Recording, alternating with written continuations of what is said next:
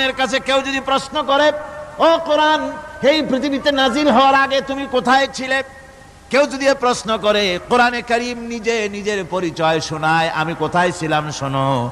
বাল হুয়া কুরআনুম মাজিদুন ফি লাউহিম মাহফুজ, বরং এই কিতাব অতীব মর্যাদা সম্পন্ন সুরক্ষিত ফলকে লিপিবদ্ধ ছিল, আমি ছিলাম লৌহে মাহফুজে, সেখান থেকে এসেছি।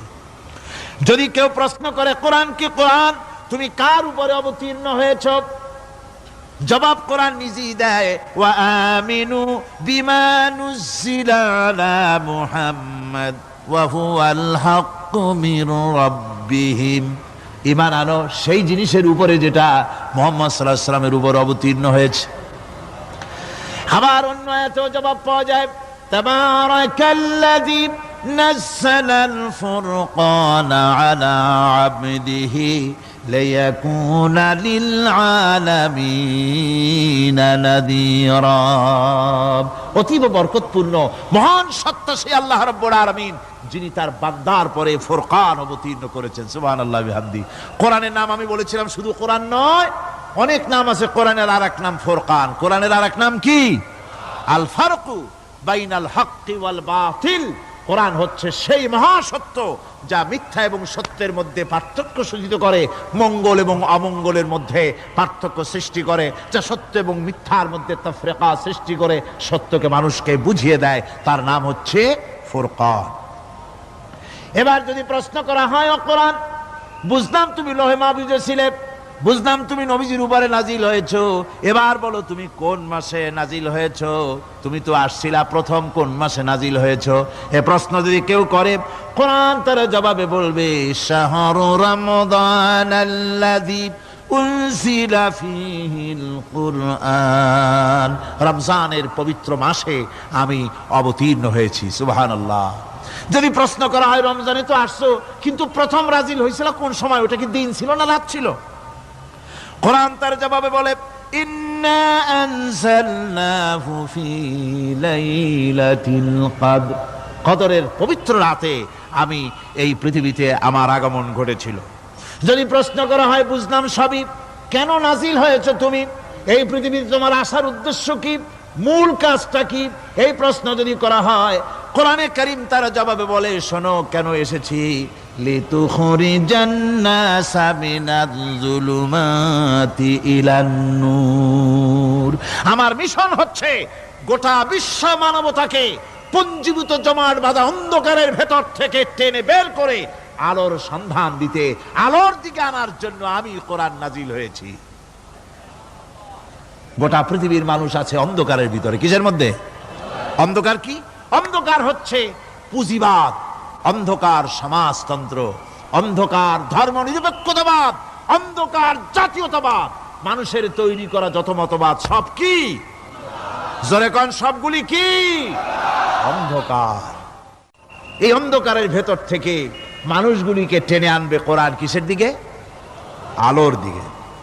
এবার যদি প্রশ্ন করা হয়, বুঝলাম তুমি অন্ধকার থেকে আলোর দিকে নিয়ে আসবে, আলোর দিকে আসলে পরে ফায়দাটা কি হবে? মূল ফায়দাটা বুঝায় দাও, আসল ফায়দা কি হবে তোমারে যদি মানি?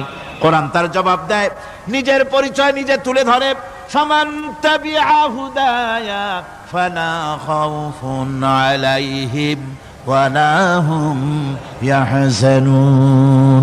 এই কোরআনকে যদি মেনে চলো, এই কোরআনের আইন যদি মানো, সমাজে মানো, ব্যক্তিতে মানো, পরিবারে মানে, রাষ্ট্রে মানো, জীবনের সব ক্ষেত্রে সমস্ত জায়গায় যদি এই কোরআনকে মেনে চলো, ফালা খাউফুন আলাইহিম, তাহলে তোমাদের কোনো ভয় থাকবে না, ওয়ালা হুম ইয়াহজানুন, কোনো চিন্তাও থাকবে না। কিসের ভয় থাকবে না?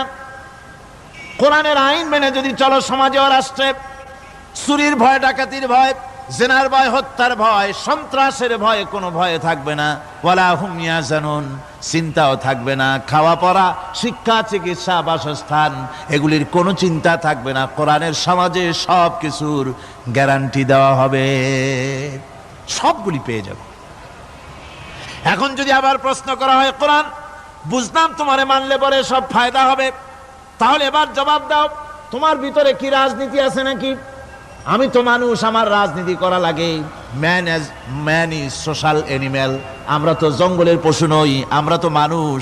আমাদের সমাজ আছে, আমাদের পৌর নির্বাচন আছে, আমাদের জাতীয় নির্বাচন আছে, আমাদের কলকারখানা আছে, জমিন আছে, আমাদের রাজনীতি, অর্থনীতি, সমাজনীতি আছে, পারিবারিক নীতি আছে, অনেক নিয়ম মালা আছে, নিয়ম নীতি আছে। তোমারে মানলে তোমার ভিতরে কি ওগুলো আছে নাকি সে কথা বলো। কোরআন তার জবাবে বলে وَنَزَّلْنَا عَلَيْكَ الْكِتَابَ تِبْيَانًا لِكُلِّ شَيْءٍ وَهُدًى وَرَحْمَةً وَبُشْرَى لِلْمُسْلِمِينَ। কোরআন জবাবে বলে, শুনে রাখো, শুধু অর্থনীতি সমাজনীতি নয়, শুধু রাজনীতি আর শিক্ষানীতি যুদ্ধনীতি নয়, তোমার জীবনে যা কিছু দরকার, ইহকালে যা কিছু দরকার, পরকালে সব কথাগুলি আল্লাহ রব্বুল আলামিন আমি কোরআনের সিনার ভিতরে খুলে খুলে বর্ণনা করে দিয়েছেন। সব কথা এ কোরআনে কারীমের ভিতরে রয়েছে। তোমার এমন কোনো জিনিস নাই যা তুমি কোরআনে কারীমের মধ্যে পাবে না। তোমার সমস্ত প্রয়োজন আমার বুকের মধ্যে আল্লাহ দিয়ে দিয়েছেন। বিজ্ঞান আছে, দর্শন আছে, ইতিহাস আছে, সব আছে এর মধ্যে। তবে কোরআনের মধ্যে বিজ্ঞান আছে বলে আমি এটাকে বিজ্ঞানের কিতাব বলবো না, দর্শন আছে বলে দর্শনের কিতাব আমি বলবো না, রাজনীতি আছে বলে কোরআনকে আমি রাজনীতির কোনো কিতাব বলবো না। কোরআন তাহলে কি? কোরআন হচ্ছে অর্থনীতি, সমাজনীতি, রাজনীতি, পারিবারিক নীতি, মানুষের জীবনের যা কিছু প্রয়োজন, সমস্ত নীতি মালার নীতি গ্রন্থের নাম হতেছে কোরআনে কারীম। সমস্ত নীতিমালার নীতি গ্রন্থ কোরআন। এখানে রয়েছে সব কিছুর উৎস, যেটা গ্রহণ করলে পরে মানুষ আরামে থাকতে পারবে। অমুসলিম নাগরিক বৃন্দ তাদের নাগরিক মর্যাদা পাবে। মুসলমান, কৃষক, নারী, চিকিৎসা, কৃষিবিদ, সাধারণ মানুষ, রং, বর্ণ, ভাষা নির্বিশেষে গোটা মানব সভ্যতা আরামে বাস করতে পারবে। পশু পাখিও আরামে থাকবে, গাছপালাও আরামে থাকবে, যেহেতু নির্দেশ হয়েছে বিনা প্রয়োজনে গাছের পাতাটিও ছিঁড়ো না। ইসলামের সমাজ যদি চালু হয়, গাছেরাও আরাম পাবে, পাহাড়ও আরাম পাবে।